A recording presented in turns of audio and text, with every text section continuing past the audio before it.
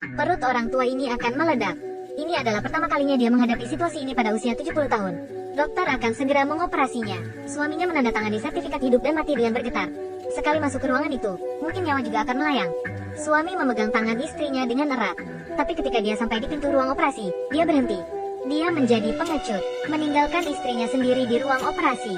Dan dia sendiri keluar dan duduk di lantai. Dia tidak bisa menghadapi. Bagaimana jika dia kehilangan istrinya? Apa yang harus dia lakukan?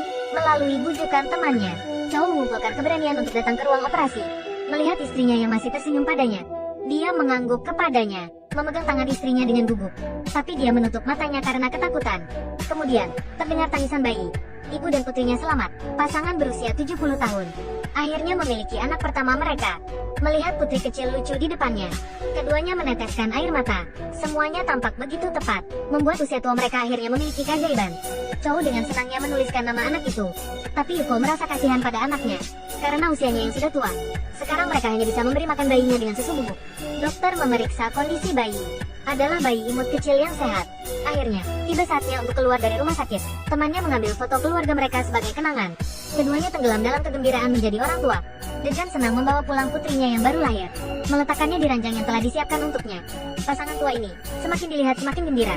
Bahkan untuk mengganti popok, mereka berdua akan berebut giliran. Setiap hari memandikan putrinya bersama. Di tengah malam, juga akan bangun untuk membuat susu untuk bayi. Mereka menyukainya dan bekerja keras untuk menjadi orang tua yang baik. Tapi hidup ini belum lewat beberapa hari. Keduanya saling berdebat, hanya karena Chow tidak mencuci botolnya sampai bersih. Ini membuat Yuko sangat marah. Yuko menanyai suaminya dengan tegas, mengatakan ini adalah sesuatu yang masuk ke mulut putrimu. Tidak bisakah kamu serius? Chow tidak mengerti mengapa istrinya mempermasalahkan hal kecil ini.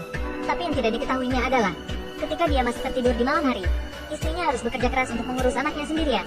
Tidak ada waktu untuk istirahat sama sekali. Chow memutuskan untuk membantu istrinya dengan pekerjaan rumah. Saat dia baru menuliskan barang-barang perlengkapan mandi dengan pena dan membagikannya, masalah baru datang. Yuko memarahinya karena tidak menaruh peralatan makan dengan benar. Chow masih ingin berdebat dengan dua kalimat yang mengatakan dia tidak dapat mengingatnya. Tiba-tiba terdengar suara tangisan putri. Yuki hampir pingsan. Setidaknya bantulah sedikit. Aku tidak butuh bantuanmu. Tolong keluar. Jangan sentuh apa-apa. Chow yang kehilangan semangatnya berjalan di jalan. Tidak dapat memfokuskan matanya. Dia merasa, dia bukan seorang ayah yang baik. Juga bukan suami yang baik. Tidak bisa melakukan apapun dengan baik. Melihat momen ketika istrinya terduduk di lantai, berkata padanya, demi merawat anaknya, telah menggunakan semua kemampuannya.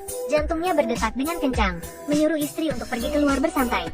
Yuko yang sudah lama tidak keluar, melangkah keluar dari rumah, meminum kopi favoritnya, melihat matahari yang terbenam di sore hari. Kecemasannya tiba-tiba membaik, pulang dan melihat suaminya masih mencoba melipat pakaian.